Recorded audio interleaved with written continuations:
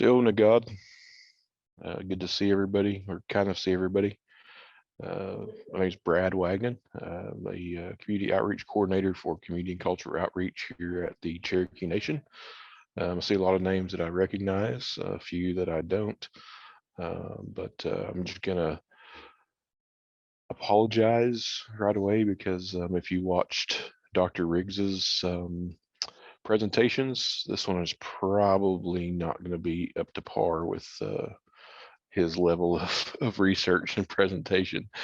I just had a short time to prepare for this presentation, so it's not quite up to standard of what I would normally want to present, but hopefully you'll get something out of it. And I'm going to be sharing a couple of different screens, so I hope nobody gets dizzy. I'll be sharing my PowerPoint as well as a example of some of the research that I did off of a website. So without further ado, I'm going to share my screen and we're going to get started. So today, what we're going to be talking about is the Cherokee Golden Age, which is commonly referred to as the time period between the Cherokee removal and the United States Civil War. So we're roughly looking at a period of time between 1840 and 1860. And so we're going to talk about a little bit of the things that happened prior to the Golden Age, and then we'll get started with our slides. So as most of you know, prior to 1839, the Cherokee were in the southeastern part of the United States, North Carolina, Tennessee, Georgia, being the main areas that they were in at that time. Most of their other land by 1838 had been taken by treaty or sold to individuals, and so they had the small parcel of land in Tennessee, North Carolina, and Georgia.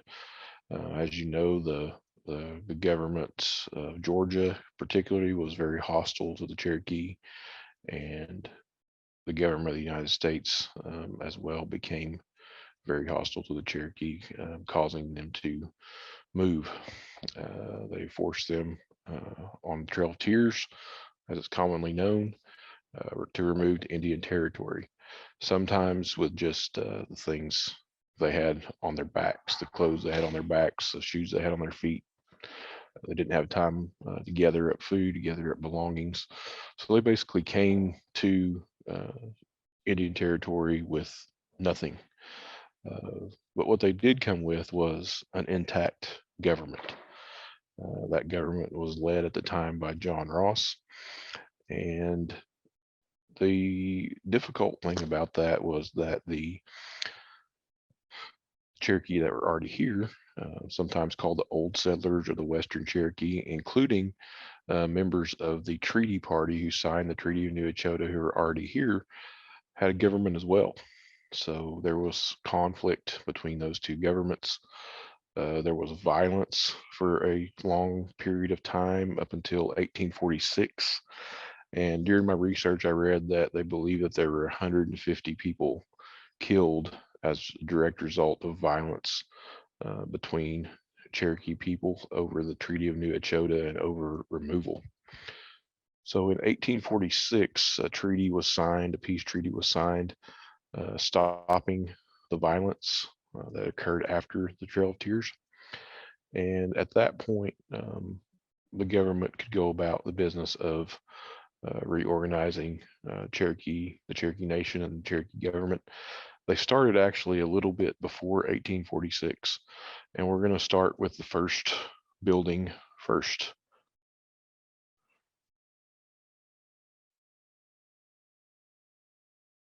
Here we go. So this is the Cherokee Nation Supreme Court building.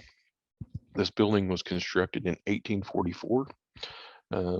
And it is the only official Cherokee Nation government building to survive the Civil War. The Civil War in Cherokee, the Cherokee Nation was almost as devastating as the Trail of Tears. But this building was built in 1844.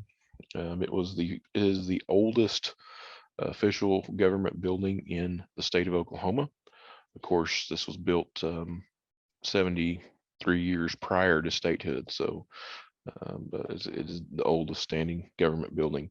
It also, at the time when it was built, it housed the printing press of the Cherokee Advocate.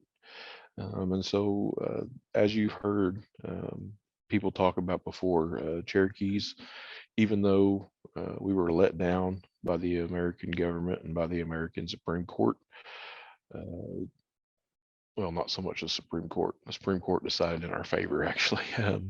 But even though we were let down by the American government, the Cherokee still believed in law and order. And so this Supreme Court building, being the first official government building for them to build, tells you what their mindset was at the time. They wanted to have a civil and a working government here in Indian Territory, and this court building was a large part of that. Now, I want to tell you that some of the pictures I'm going to show are buildings that were built after the Civil War.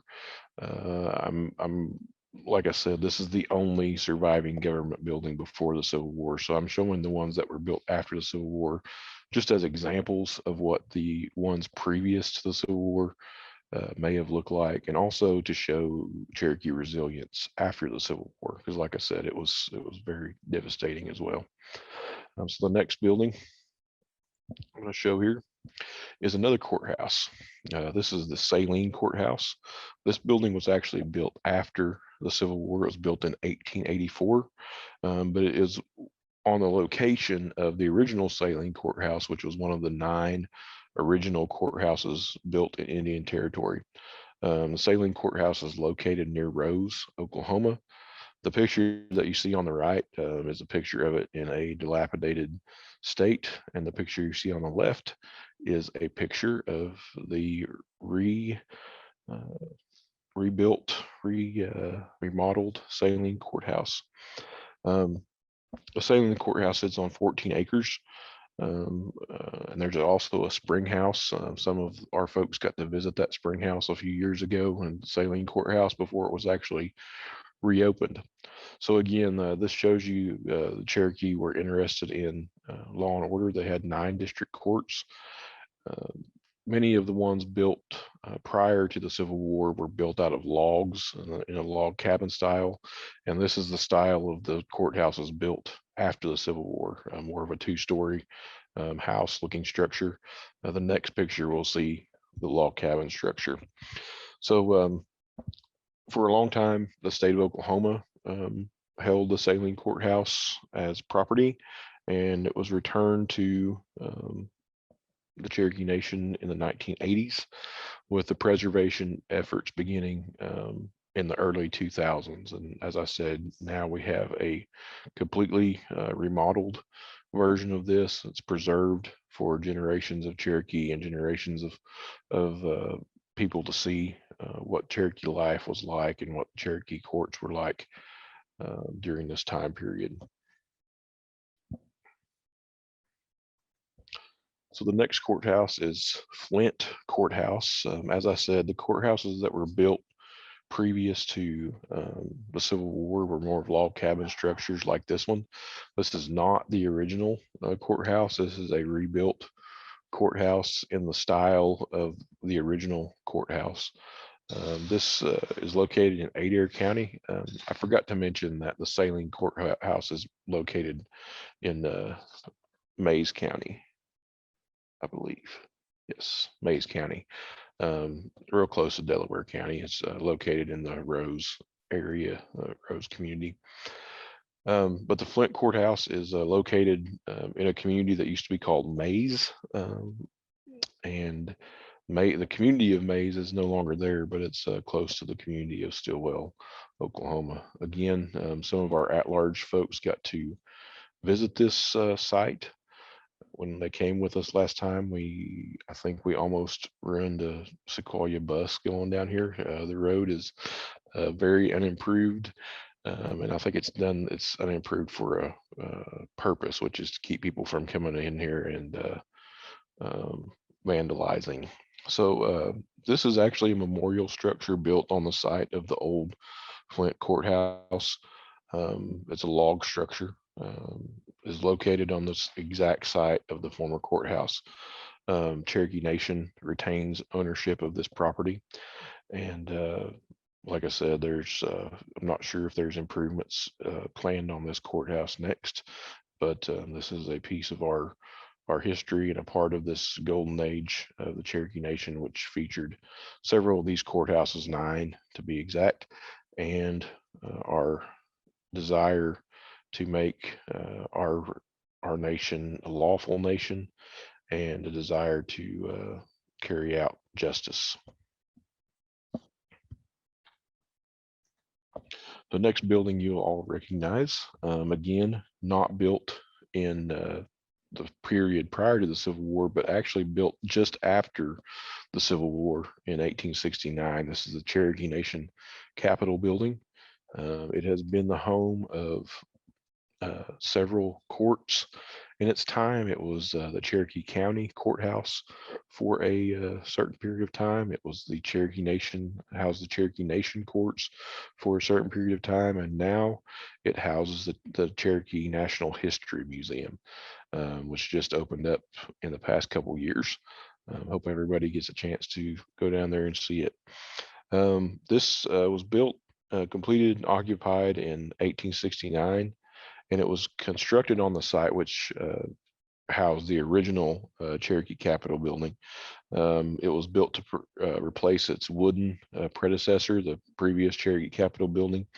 And that Capitol building, of course, was burned during the Civil War.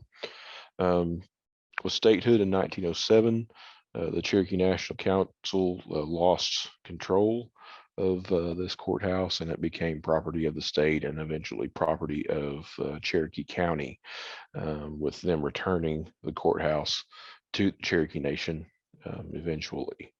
That's happened within the past 20 to 30 years, because I can remember when it happened. The top picture you see on the left is a picture of the courthouse during the 1980s. And then the bottom picture you see on the right is a courthouse as it looks today. There's been several restorations. The latest restoration, of course, adding the cupola back on top. The top right picture, as you can see, is a picture of the Cherokee Courthouse shortly after it was built. I'm sorry, the Cherokee Capitol shortly after it was built. So we're going to move on from law and order and courts to education. And this is where I'm going to talk a little bit about Cherokee Education. I'm actually going to jump to a website where I got some of the information for this from. You can see the link to the website there in my presentation. The school on the right, or I'm sorry, on the left, I didn't have a name of that school, but the school on the right is actually Christie School. It was built in 1839, shortly after the Cherokee people got here. It's 45 by 75. It's constructed of wood, and so the important thing besides law and order to the Cherokees when we got here was education. And in 1845, there were 18 district schools. Those schools were to be built and maintained by the communities in which they were in. So the communities actually built the schools, and they maintained and kept the schools. The teachers were paid through the Cherokee Nation. And if I remember correctly, it said that they were paid around $30 a month as teachers originally in the Cherokee Nation around the 1840s. So I'm going to stop sharing this screen for just a minute, and I'm going to share the website here that I looked at for a lot of information. As you can see, this is the Access Genealogy site talking about the Cherokee public school system. In the year 1845, there were 18 public schools in the Cherokee Nation. And here you can see the different district schools And you can see the number of pupils that they had in 1845. My family from the Going Snake district, and then from my mom's family, actually from the Caney, the Tahlequah district, Caney area. So I thought this was a really interesting site. Now I'll make sure to include it on our YouTube notes for this. So, in 1845, you can see there was a total of 655 students in the Cherokee District schools. It has them broken down by male and female. It also lists orphans. And the unique thing about this was that this was free public education. This was free public education at a time where there wasn't free public education in other places in America for non-Indian students. And so the Cherokee Nation thought so much of education that they made sure that everybody could go for free. So as you can see, by 1858, 1859, there are many more schools than there were in 1845. This is actually a list of teachers at the different schools. And you can see by this list that there were schools even added between 1858 and 1859, because some of them don't have teachers down here at the bottom. Some of you might see some of your ancestors in these names. So that's why I said I'll make sure and add this website to the notes on the YouTube page. And then here you see after the Civil War, 1867, it says upon reorganization of the Cherokee Nation after Civil War, 32 public schools were provided for. And here it has a list of schools in each district. So some very interesting information on different Cherokee schools. Like I said, I would encourage you to look at that website for more information. Like I said, you might see some of your ancestors there. I want to stop sharing this screen and go back to my PowerPoint.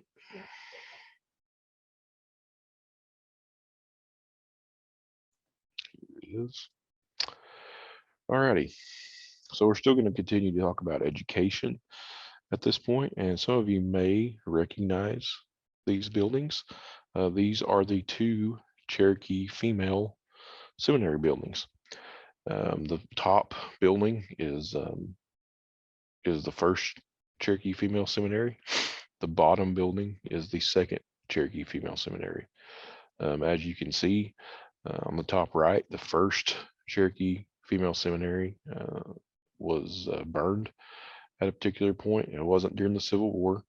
These were actually fire happened in the 1880s, and so the first Cherokee female seminary was opened in 1851, and they were sorry, looking at my notes here. Opened in 1851 in Park Hill. And as those of you who have been here might know, the site of the Cherokee Heritage Center was the original site of the first Cherokee female seminary. On Easter Sunday in 1887 is when this fire happened. And then shortly after, in 1889, the new Cherokee female seminary was built, again on the site of what is now Northeastern State University. The building today is called Seminary Hall in honor of its original purpose as a Cherokee female seminary. The female seminary has underwent several renovations and actually undergoing one now. And the Cherokee Nation has partnered with NSU in order to keep this building preserved for future generations. So the purpose of the seminaries was to educate Cherokee students beyond the district schools, and they taught everything from mathematics and the regular subjects, English, writing, composition, things like that, all the way to things that um, women of the time wanted to know, like sewing and different things like that. So this female seminary.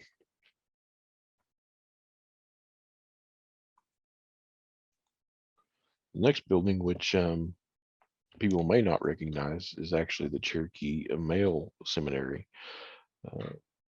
So after removal, of course, the the government wanted to reinstitute the education of Cherokee children, and so in 1846, Chief John Ross submitted a proposal to the Cherokee Nation Council for institutions of higher learning for both Cherokee men and women, and that bill was passed.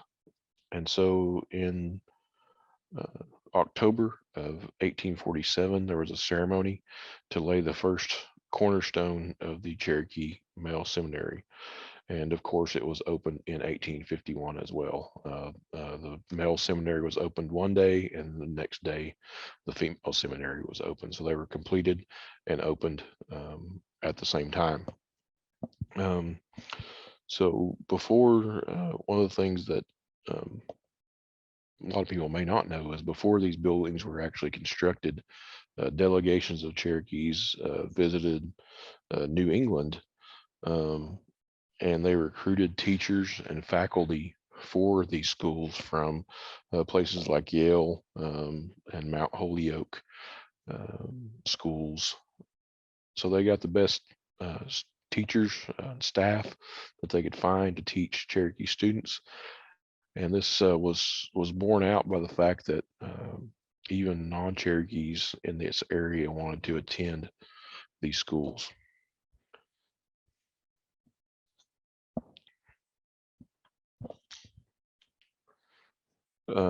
So the next topic I'm going to talk about is business in Indian Territory at this time.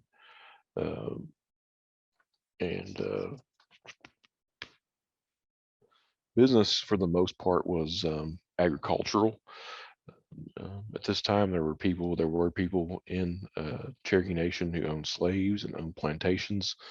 And so a lot of the business was agricultural, but there had to be other businesses in order for the agricultural businesses to thrive and to be profitable. One of those businesses was mills, whether it be lumber mills or grist mills. So this next slide is actually a slide pictures of the Hilbrand mill near Flint Creek in what is now Concord, Oklahoma, Delaware County. It was built around 1845 and was the site of a famous incident where a woman, Polly Beck Hildebrand, was shot by Zeke Proctor. In what was most likely an accident. He was shooting at somebody else. And so the Beck Hildebrand Mill is a famous site that's actually still standing. It served people in the Cherokee Nation for more than 125 years as both a grist mill and a lumber mill. So it would grind flour for people and also cut down lumber. And this is one of the businesses that was needed in the Cherokee Nation in order for the agricultural businesses to survive and thrive. The original mill race says is 4 feet by 4 feet and expanded to 8 feet by 8 feet.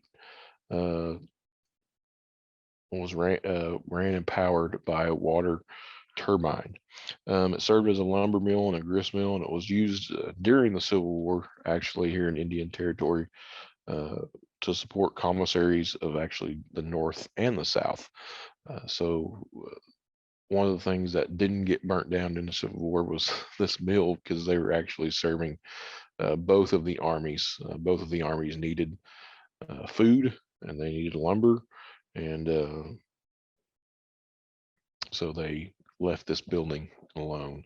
In recent years, I know there's been a big push to remodel and renovate this building. As you can see on the right hand side, It's in pretty great disrepair, but it's still standing.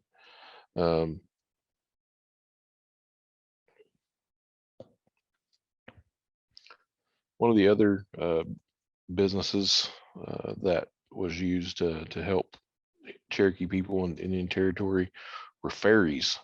I actually found a list of ferries that were located um, in Cherokee Nation. Tribal governments actually regulated the ferries, and in 1849, the Cherokee Nation Council actually passed an act that they would charge to annual tax of $25 per year for ferries on the Arkansas, Canadian, and Grand Neosho rivers, or $5 per boat on the Illinois and Verdigris rivers.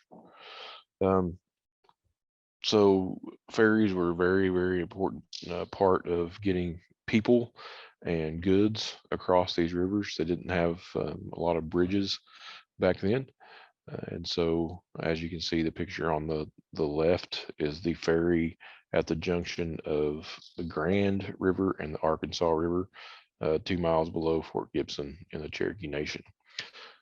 This came from a Oklahoma University library picture that I found. On the right, another business that was needed were steamboats. And one of the most famous steamboat owners in the Cherokee Nation was a guy by the name of James Van. If you've ever been back to the east, back to our homeland, you might have seen the Van House.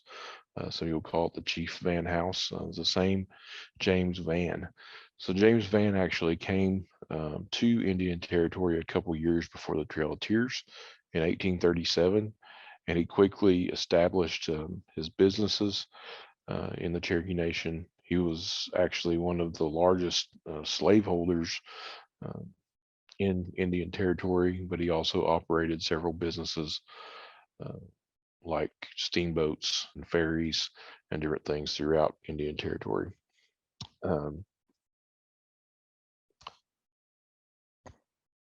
I'm sorry, I said his name. Is a Joseph Van. James Van was actually his father. People called him Rich Joe Van, and he actually was the owner of a steamboat that had a very famous accident called the Lucy Walker. The accident was actually in Ohio, not in Indian Territory, but one of his steamboats blew up at one time. But he was very he made good profits in all of his businesses. He owned racehorses and different things down around the Salisaw area. It's probably one of the things that got that area started on racehorses was James Van.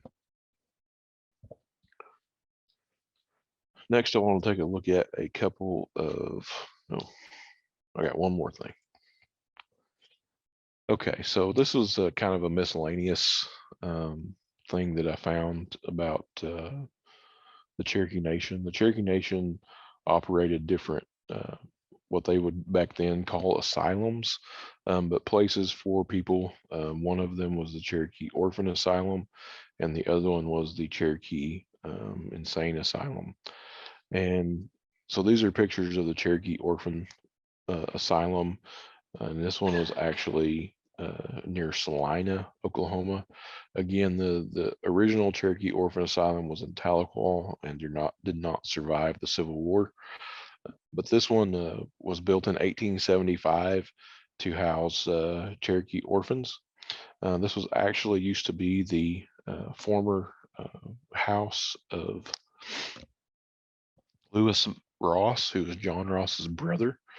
Is in Mays County, Oklahoma, near Salina. And so the Ross Mansion was turned into the Cherokee Orphan Asylum, adapted for that purpose. I don't have any pictures of the Cherokee Insane Asylum, but just a quick personal note. My great-great-grandfather, Thomas Foreman Wagnon, was actually the caretaker of the Cherokee Insane Asylum around the turn of the century. He was actually there when the Dawes rolls were taken, and his Dawes rolls application and Dawes rolls testimony includes the testimony for several of the people who lived in the Cherokee Asylum at that time. So just a quick personal note. So as you can see, Cherokee government was greatly focused on law and order. They were also greatly focused on Cherokee children and making sure that they were taken care of. So the next couple slides are Cherokee homes. Now these are not the homes of the everyday Cherokee. These are the homes of the more affluent Cherokee, a couple homes that you'll probably recognize. In this picture, we have Hunter's home. And the reason that it's famous and the reason that I included it is because it is the only known Cherokee home standing in Park Hill that survived the Civil War. Pre-Civil War, it was a plantation home, and the Murrells lived there. The Murrells were relatives of the Rosses, and they built this home in the Greek revival style that Mr. Murrell remembered from his childhood, and they occupied this home for several years. There's lots of outbuildings here with this home: grist mill, barns, smokehouses, stables, different things like that. And so this is called Hunter's home. Some of you might know it as the Murrell home. And this is an example of some of the homes that were built by the more affluent Cherokee during this time of the Cherokee Golden Age. Of course, as I said, this is the only one that survived the Civil War.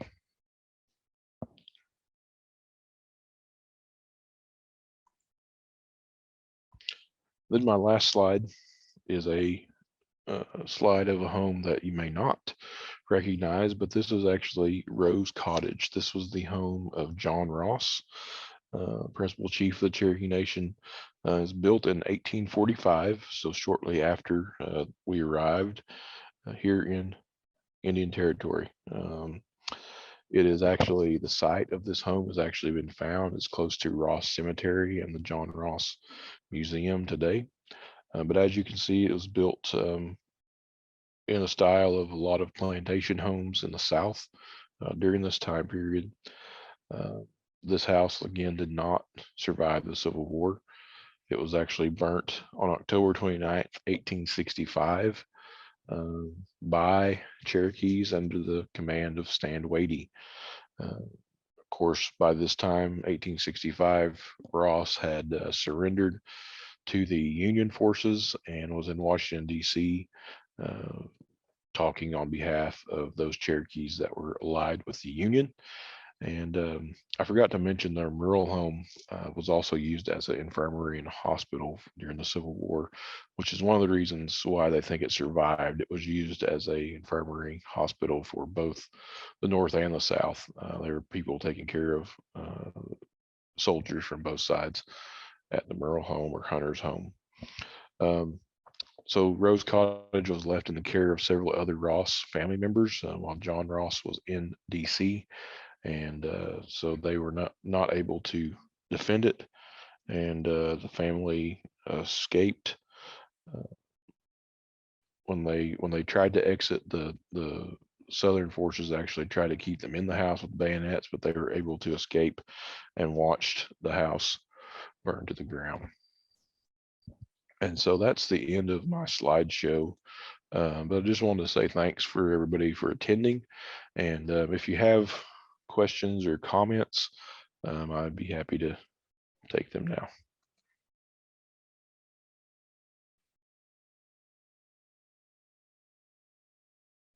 You can type your questions or comments in the chat box if you want to ask questions. I'll wait just a minute or two and see if there's any questions, and if not,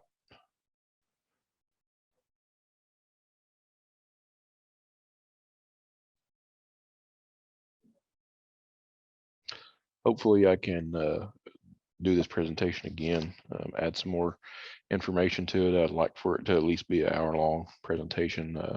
Didn't, like I said, didn't have the time to do as much as I wanted to in getting prepared for the conference and all the other things going on, but I appreciate everybody tuning in. See, somebody's grandmother was in the orphan asylum.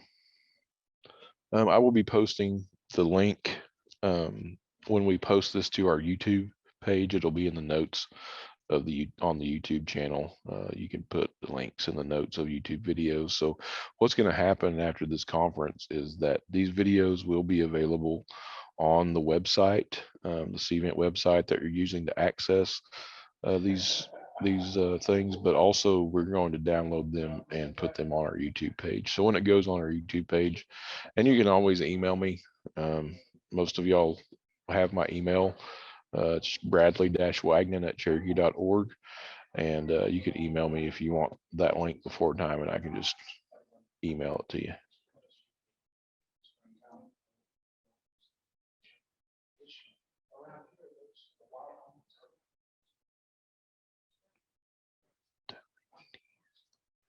Tallaheny is silent. I'm not sure about that. I'm not sure about the Tallaheny Asylum. That sounds like possibly an asylum that would have been in the Choctaw Nation. Tallahena is a town in Oklahoma that's in the Choctaw Nation.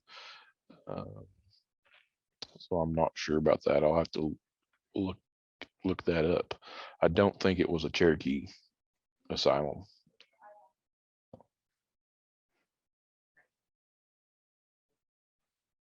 Any other questions? All right. Again, Wado, everybody, for coming and listening, and I hope to see you all in person soon. Wado.